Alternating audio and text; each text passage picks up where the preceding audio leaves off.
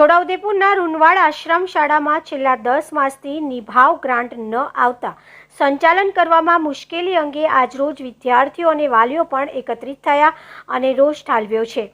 છોટાઉદેપુર જિલ્લાની નવસર્જન education trust સંચાલિત આશ્રમ શાળા રૂનવાડ ખાતે ચાલી રહેલ છે, જેમાં ધોરણ 1 થી 12ના 460 કુમાર અને કન્યા વિદ્યાર્થીઓ સ્થળ ઉપર રહી અભ્યાસ કરે છે. આ આશ્રમ શાળામાં 30 વર્ષથી નિરંતર ચાલી રહી છે અને ગ્રામીણ વિસ્તારમાં ગરીબ આદિવાસી વિદ્યાર્થીઓ નિરંતરપણે અભ્યાસ કરે છે.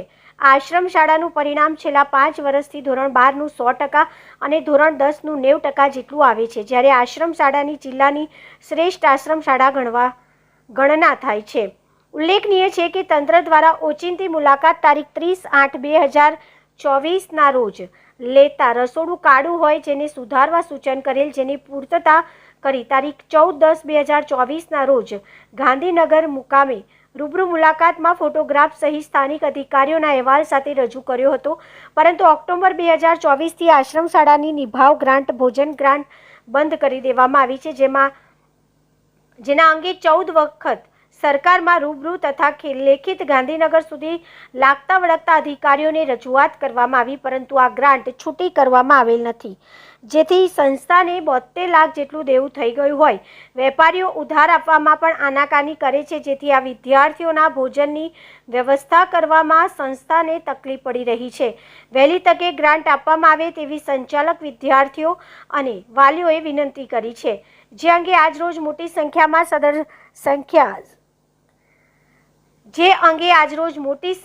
સદર સંસ્થા ઉપર વિદ્યાર્થીઓ, વાલીઓ, શિક્ષકો ઉપસ્થિત થઈ ઉગ્ર રજૂઆત કરી છે. આ અંગે શાળાના સંચાલક મંડળના મંત્રી રમેશભાઈ ખત્રી દ્વારા જણાવ્યું હતું કે 1 ઓગસ્ટ 2025થી શાળામાં શિક્ષણ કાર્ય ચાલુ રહેશે, પણ ભોજનની વ્યવસ્થા જે તે વાલીઓ દ્વારા કરવાની રહેશે તેવો નિર્ણય લેવામાં આવ્યો હતો, પરંતુ વિદ્યાર્થીઓ અને વાલીઓની માંગને ધ્યાનમાં લઈ બંધ કરવાનો નિર્ણય મોકૂફ રાખ્યો છે તેમ જણાવ્યું હતું અને આ સંસ્થા રાબેતા મુજબ ચાલુ રખાશે. નવસર્જન એજ્યુકેશન ટ્રસ્ટ છોટાઉદેપુર દ્વારા સંચાલિત આશ્રમ શાળા રૂનવાડમાં 460 જેટલા આદિવાસી કુમાર અને કન્યા ધોરણ 1 થી 12માં અભ્યાસ કરે છે અને સ્થળ પર રહે છે. એમની ભોજનની વ્યવસ્થા, રહેવાની વ્યવસ્થા સાથે શિક્ષણની વ્યવસ્થા સંસ્થા દ્વારા કરવામાં આવે છે. આ સંસ્થામાં સરકારશ્રીના અધિકારીઓ દ્વારા 30/8/24ના રોજ ઓચિંતી મુલાકાત લેતા થોડી ઘણી ક્ષતિઓ જેવી કે રસોડામાં કાળું જોવા મળેલ અને એના અનુસંધાને એમને મૌખિક સૂચના આપેલ.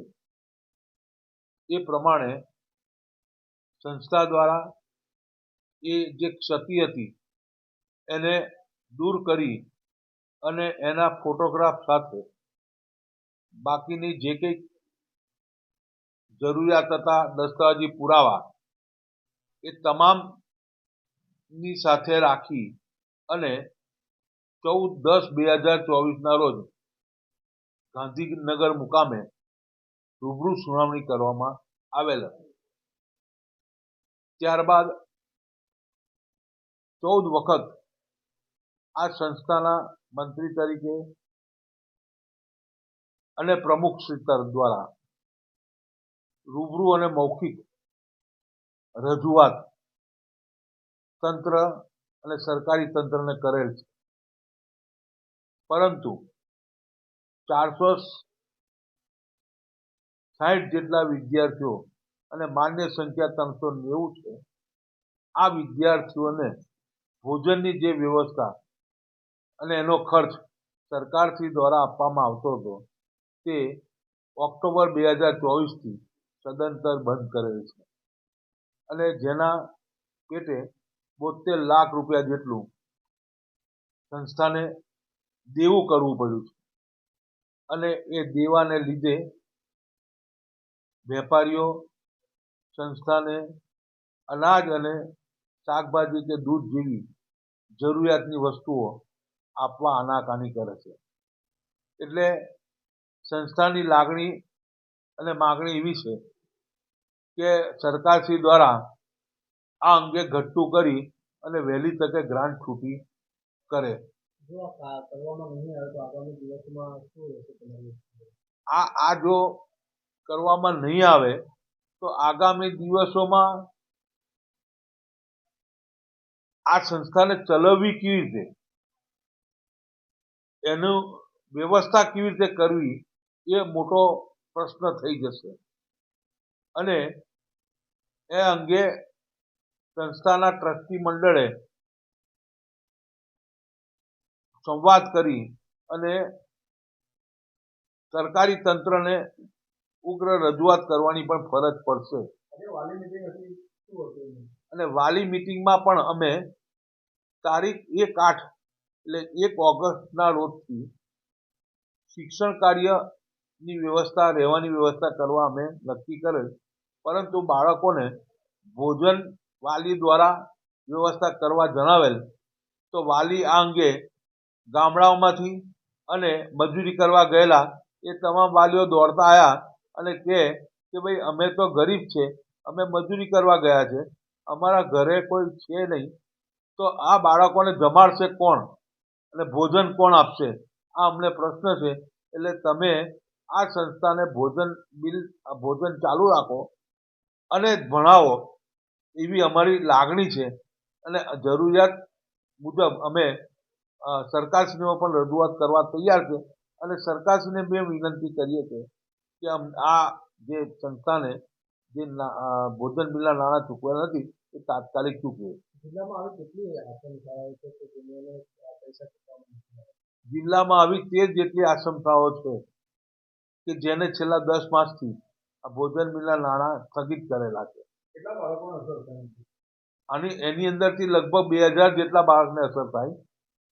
પણ અમારી જે સંસ્થા છે, જે સંસ્થા ધોરણ 10નું 90% પરિણામ લાવે, ધોરણ 12નું 100% સામાન્ય પ્રવાહનું પરિણામ લાવે એવી ઉચ્ચ શિક્ષણ આપતી સંસ્થા અને શ્રેષ્ઠ શાળાઓમાંની એક સંસ્થા, એ સંસ્થાને આવી રીતે જો અન્યાય થાય તો એ સંસ્થા પડી ભાગશે. અને આ જે પ્રિમાઇસીસમાં જે ભૌતિક તમામ સુવિધાઓ ઉપલબ્ધ છે એનો ઉપયોગ આદિવાસી બાળકોથી કરવાથી વંચિત રહેશે. એટલે આદિવાસી બાળકોના હિતમાં સરકારશ્રી ગંભીરતાપૂર્વક વિચારે એ બહુ જરૂરી છે અને તાત્કાલિક નાણાં ચૂકવે એ અમને એ સંસ્થા માટે એ લાભદાયી છે. હું રમેશ સુંદર સોમભાઈ ખત્રી, મંત્રી પ્રગટ પુરુષોત્તમ કેળવણી મંડળ અને નવસર્જન એજ્યુકેશન ટ્રસ્ટ, છોટાઉદેપુર. રૂનવાડ હું એસએમસી નો સભ્ય છું અને આ આશ્રમમાં લગભગ 10 મહિનાથી બિલ નથી મળતું. એ બિલ નથી મળતું. 1લી તારીખે આ બિલ નહીં મળવાના કારણે છોકરાઓને અભ્યાસ ચાલુ રહેશે અને ભોજન કંઈ બંધ કરવામાં આવે. 1લી તારીખથી છોરાઓ ઘરેથી અભ્યાસ કરે એવું અમને જાણવા મળતા અમે વાલીઓ બધા અહીંયા આવી અને શ્રીઓને અને સરકારશ્રીઓને જાણ કરવા સારું માટે આવ્યા છીએ અને બિલ સરકારશ્રીઓ મંજૂર કરે એવી અમારી માંગ છે. અમારો આદિવાસી એરિયા છે અને બાળકો આશ્રમ શાળા મૂકવાનું કારણ એ છે કે અમારા બાળકો અહીંયા અભ્યાસ કરે અને અમે બહાર મજૂરી અર્થે કાઠિયાવાડ છે, વાપી, વલસાડ છે એ બાજુ મજૂરી કરવા જઈએ અને બાળકોને અહીં સારી રીતે અભ્યાસ કરી શકે.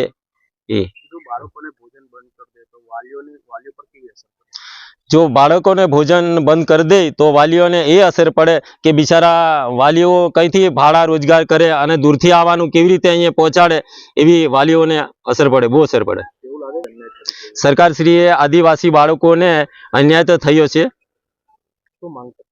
અમે સરકારશ્રીને એવી માંગ કરીએ કે 10 મહિનાથી આ ભોજનાલયનું બિલ બંધ કરેલું છે તો એ ભોજનાલયનું બિલ મંજૂર કરે એવી અમારી વાલીઓ શ્રીની માંગ છે. મારું નામ રાઠવા રાજુભાઈ. આશ્રમશાળા રૂનવાડ 1 થી 12ની આશ્રમશાળા છે અને 460 વિદ્યાર્થીઓ સ્થળ ઉપર રહીને અભ્યાસ કરે છે. તમામ પ્રકારની ભૌતિક સુવિધાઓ સરકારશ્રીના નિયમ મુજબ સંસ્થાની અંદર છે. વાલીઓનું કારણ એટલું છે કે સંસ્થા દ્વારા નિર્ણય કરવામાં આવ્યો હતો કે બાળકોને રહેવાનું અને ભણાવવાનું ચાલુ રહેશે અને 1/8થી ભોજન આપવામાં નહીં આવે એટલે માટે વાલીઓ આવ્યા છે. હજી ભોજન બંધ કરવાનું કારણ છેલ્લા 10 મહિનાથી ભોજન બિલની ગ્રાન્ટ સરકાર દ્વારા આપવામાં આવતી નથી. ભોજનાલયની અંદર રસોડું કાળાશ હતું, તો રસોડું કાળાશ હોવાના કારણે છેલ્લા 10 મહિનાથી ગ્રાન્ટ બંધ કરેલ છે અને તેનું રિપેરિંગ કામ રંગરોગાન કરાવી અને દિન 3માં અમે એની પૂર્તતા કરી અને ગાંધીનગર 14/10/2024ના રોજ રૂબરૂ સુનાવણીમાં પણ ફોટા અને અહેવાલ સાથે અમે રજૂ કરેલ છે. આગામી દિવસોમાં સરકારશ્રીને એટલી અમારી વિનંતી છે કે આદિવાસી બાળકો, અંતરિયાળ વિસ્તારના બાળકો છે અને ધોરણ 10 અને 12નું 90% અને 100% પરિણામ આવે છે અને આ નજીકના વિસ્તારની અંદર આવી બીજી કોઈ આશ્રમ શાળા 1 થી 12ની નથી. અમારી સરકારશ્રીને એટલી માંગ છે કે જે છેલ્લા 10 મહિનાથી ભોજન બિલના ગ્રાન્ટ નથી આપવામાં આવતી એ વહેલી તકે છૂટી કરવામાં આવે એવી વાલીઓની તેમજ શાળાના આચાર્ય અને શિક્ષકોની છે. વાળંદ વિનોદભાઈ શાંતિભાઈ, આચાર્ય, આશ્રમ શાળા રૂનવાડ. હા, એમાં તારીખ 30/8/2024ના રોજ માન્ય કલેક્ટરશ્રીએ બધી આશ્રમ શાળાઓની મુલાકાત લીધેલી હતી. એ વખતે તેઓને જે ક્ષતિઓ આવી હતી એમાં ધ્યાન આવી હતી. એમાં 13 આશ્રમ શાળાનો રિપોર્ટ કમિશનરશ્રીને કરેલ હતો, જે અન્વયે કમિશનરશ્રીએ આ 13 આશ્રમ શાળાઓની ગ્રાન્ટ અટકાવેલી છે. એમાંથી કમિશનરશ્રીએ તારીખ 14/10/24ના રોજ તેઓનું રૂબરૂ બોલાવીને નિવેદનો લીધેલા હતા. ત્યારબાદ આગળની કાર્યવાહી હાલ કમિશનર કચેરીમાં ચાલુ છે અને રૂનવાડ આશ્રમ શાળા માટેનું હાલ છેલ્લા પૂર્તતા કરીને મોકલી આપેલ છે 29/8 જે પૂરું એના અન્વયે વહેલી તકે નિર્ણય થઈને આવી જશે. સાહેબ, કલેક્ટર સાહેબે જે વખત વિઝિટ કરી હતી આશ્રમ શાળાઓની અંદર કઈ ક્ષતિઓ બહાર આવી? એમાં આશ્રમ શાળાઓમાં એક તો સરકારશ્રીના મેનુ મુજબ ભોજન આપવામાં આવતું નથી, પ્લસ ત્યાં જે બાળકોની હાજરીઓ છે ગેરહાજર હોય છે તો એની ગેરહાજરી હાજરી પૂરવામાં આવતી નથી, એ ધ્યાન આવેલું છે. પછી સ્ટાફને રહેવા માટેની વ્યવસ્થા હોતી નથી. બાળકોને સાંજે નાસ્તો આપવામાં આવતો નહીં અમુક આશ્રમ શાળાઓમાં. પ્લસ શૌચાલયોને એ બધા ઘણા ગંદા છે. પછી અમુક ભૌતિક સુવિધાઓ પૂરી પાડવામાં આવેલી નથી. હાલ જે પ્રકારે જે આશ્રમ શાળાઓની અંદર હાલ કેવી સ્થિતિ છે? હાલ તો મારી નવી નિમણૂક છે હાલ, એટલે મારી મુલાકાતો અમુક ખાલી એક રૂનવાડમાં થયેલી છે જ્યાં બધું વ્યવસ્થિત છે એકદમ. મારું નામ પીઓ શાહ છે, આશ્રમ શાળા અધિકારી.